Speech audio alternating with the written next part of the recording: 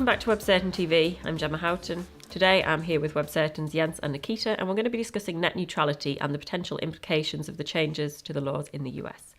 Hi, thank you both for being here. Thank you. So firstly, just to explain a little bit for those who maybe aren't aware, what exactly is the issue surrounding net neutrality and what even is net neutrality? Well, net neutrality is basically a rule that is set in US, and it's actually present in a lot of other countries, but it's been talked about in US quite recently because of the fact that they want to, they've basically repealed it now. And net neutrality basically means is that the internet is free as it is for consumers, for brands, for companies. So the power is delegated to the commission in the US, the FCC, Federal Communications Commission, and the fact that the net neutrality has been repealed now by the FCC means that the power is going to the internet service providers, so the ISPs, meaning that there might be some changes in the way that the internet is basically provided and what is seen on the internet by the consumers in the US. So basically the concern is that these internet service providers can essentially censor the internet and they can decide what they show and how they show it and potentially have an impact on what people see. Yeah. Well, yeah, in theory. Well, we'll see how that's going to pan out in real life. I think it might be a good idea to look at this a little bit more historically. This FCC net neutrality guideline, which is currently being repealed, is actually only been there since 2015. Yeah. And it's not really true that before 2015 that there wasn't an internet that was highly dominated by certain content. What one could argue that back then technology wasn't really ready to allow that, but on the other hand, it's only 2 years ago. I think technology hasn't changed that much. So yeah, there are theoretical implications, but I think it has to be taken with quite a bit of skepticism to see if these fears are actually going to really... And while the FCC have repealed it, it has to be passed by Congress, is that correct? Before it can... Not really, no. The FCC has decided to repeal it, and there is now a time period of 60 days, I believe. Yeah, 60 days. And if no one challenges it during that time, it will become...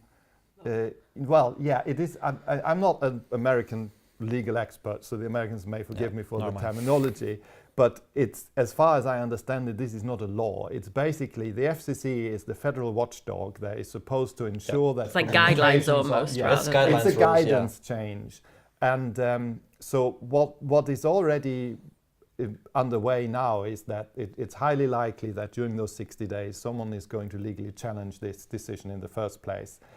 So it's not a final decision yet. If it doesn't get successfully challenged, there is also a movement underway that is lobbying for putting net neutrality into law in the US, but that would then obviously have to be passed by Congress. Yeah.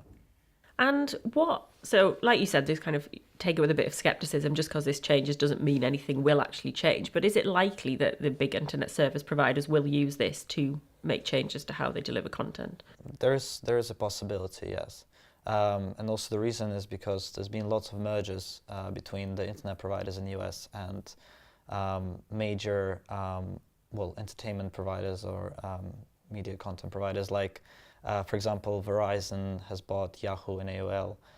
There's been talks about AT&T, one of the major internet providers in the US, merging with Time Warner and others as well. So there is a chance that the internet providers will basically buy or merge with the biggest content providers, hence creating this sort of industry where you have internet providers working with the biggest content providers, whereas leaving the smaller content providers to basically fight for to either pay in or to give content to the consumers, or yeah.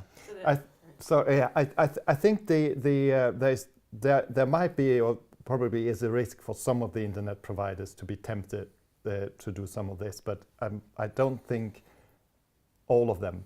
If we look at the infrastructure, what it looks like in the US or in most countries, but in the US there is a bias to one certain type, is that there's basically three types of internet providers. One of them is phone companies. That is the major part of internet providers in Europe. They're mainly phone companies who have added internet access to their services. The other part is cable TV companies.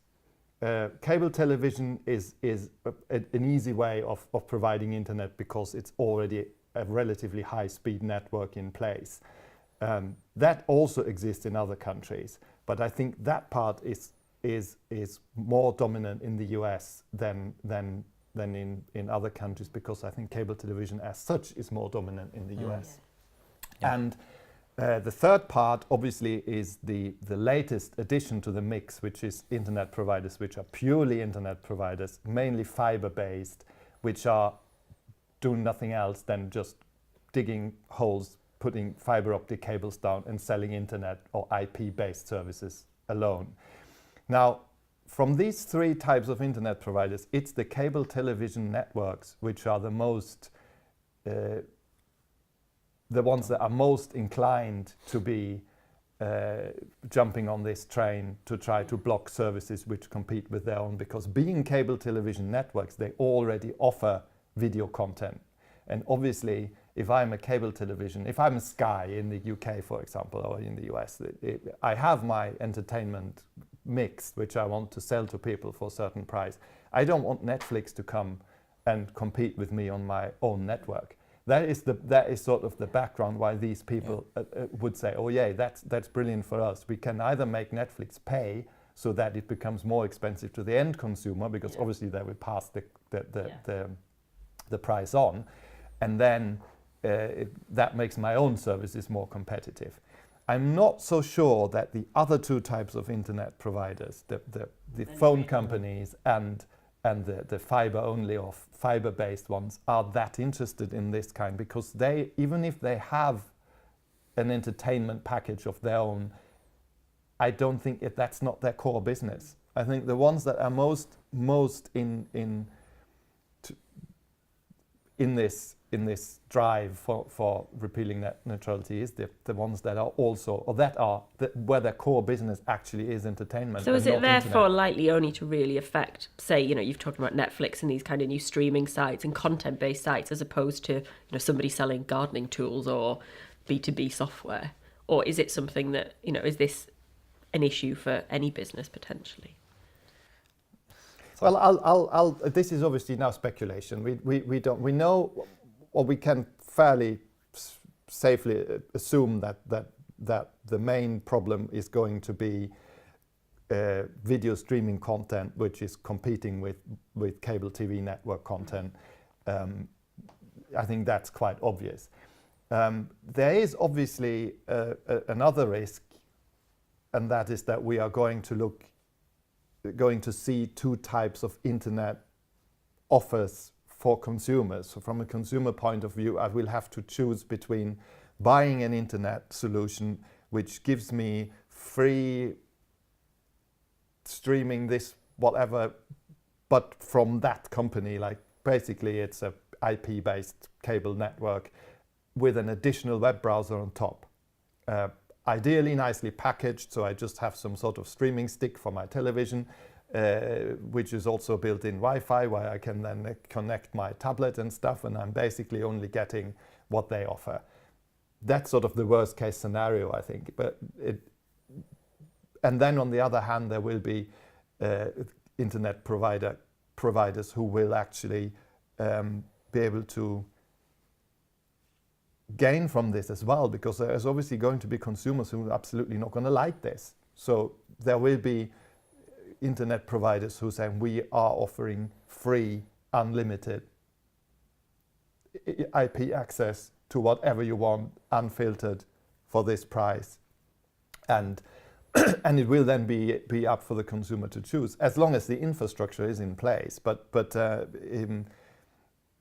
that obviously highly depends. But considering we are getting more and more mobile-based internet with 5G coming, it should be able to get some healthy competition against these big companies who are trying to. But again, it's speculation.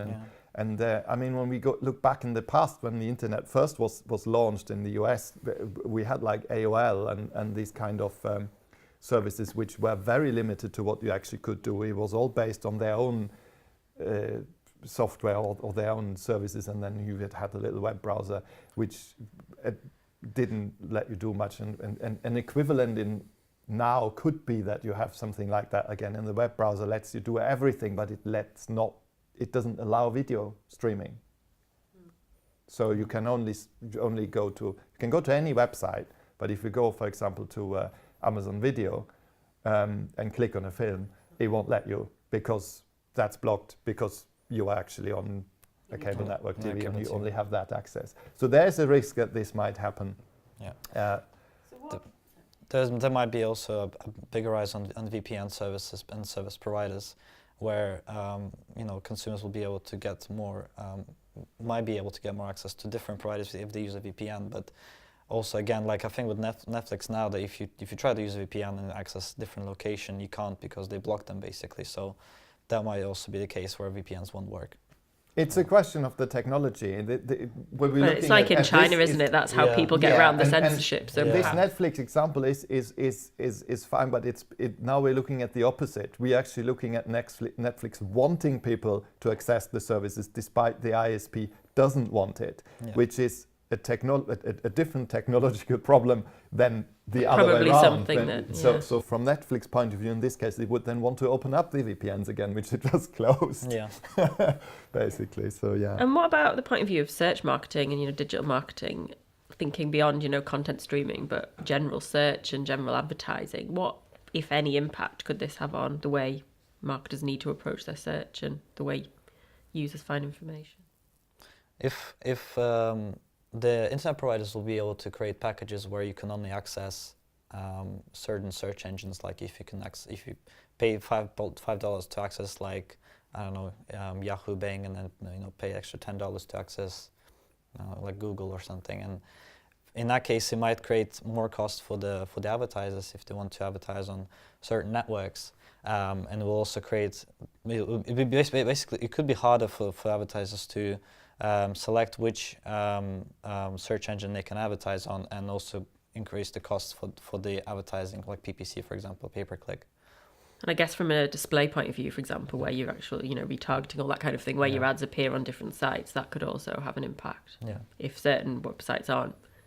Yeah, I think we shouldn't underestimate the power of the other side in this fight that's going to happen, which are not small companies either. I don't think Google and Microsoft, which is behind Bing, would be very happy with internet providers limiting their revenue streams, basically. And if you get Google, Microsoft, Facebook, Apple, Netflix all combining, you've got quite a Netflix has already said they're going to fight this, and Netflix is.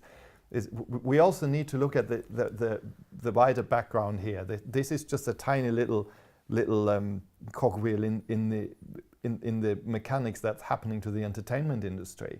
Because the reason why all these mergers are happening is because the traditional entertainment and the additional producers, they are actually struggling, because now companies like Netflix and Amazon, they're producing their own series and films which are quite high quality. And obviously, there has previously almost been a monopoly when it comes to not a monopoly because it was a couple of big players, but there's a very limited number of. And they are now seeing themselves challenged. But obviously, again, now we are back to video content. But I think even looking to smaller players here, that video is obviously clearly the future of the internet really, and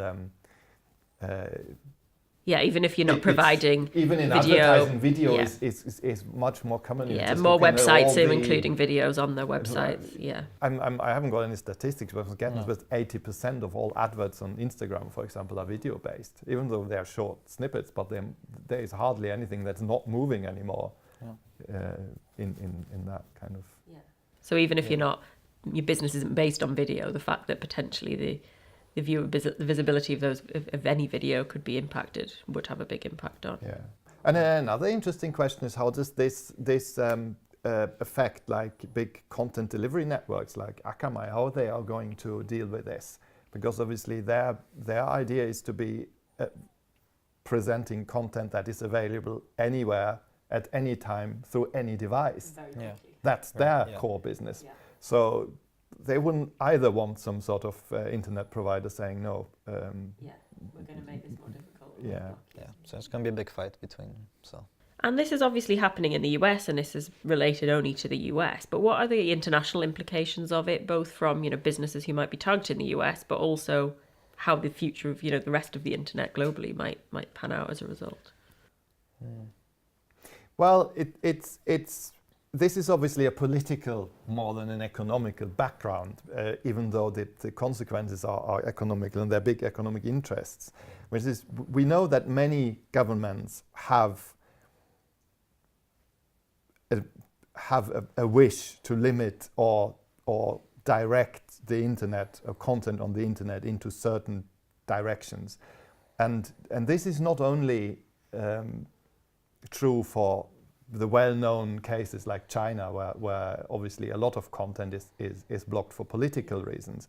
This is also true for the UK, where already today certain internet content is blocked based on considerations for copyright infringement, like certain torrent sites are already blocked in the UK, or even adult content. There are certain type of sexual adult content, even though it's not currently blocked. There are movements in the UK to at least very vastly restrict it. So instead of, it's supposed to be some sort of opt-in rather than opt-out. So instead of activating your child protection or whatever we call it, you have to actually tell the ISP that you want to. So this isn't the same as repealing net neutrality in principle, but it is already breaching the idea of net neutrality slightly, because obviously the idea of net neutrality is that the internet service provider is simply a carrier of content and is not responsible for the content itself, the same way the Royal Mail isn't responsible for what's in the letters, or the phone company isn't responsible for what's said, and isn't either allowed to not deliver certain posts or just cut off certain phone calls because they don't like what people are saying. And from this point of view, for example, in the European Union, there is obviously a quite strong movement for having net neutrality enshrined in law. But again, it is not, everybody isn't on this. There are a lot of interest grous who, for all sorts of reasons, tried to. But the thing is, what is net neutrality is a principle that is a yes or no principle. Either you have it or you haven't. Because if you start eating away on it somewhere, where do you stop? Yeah.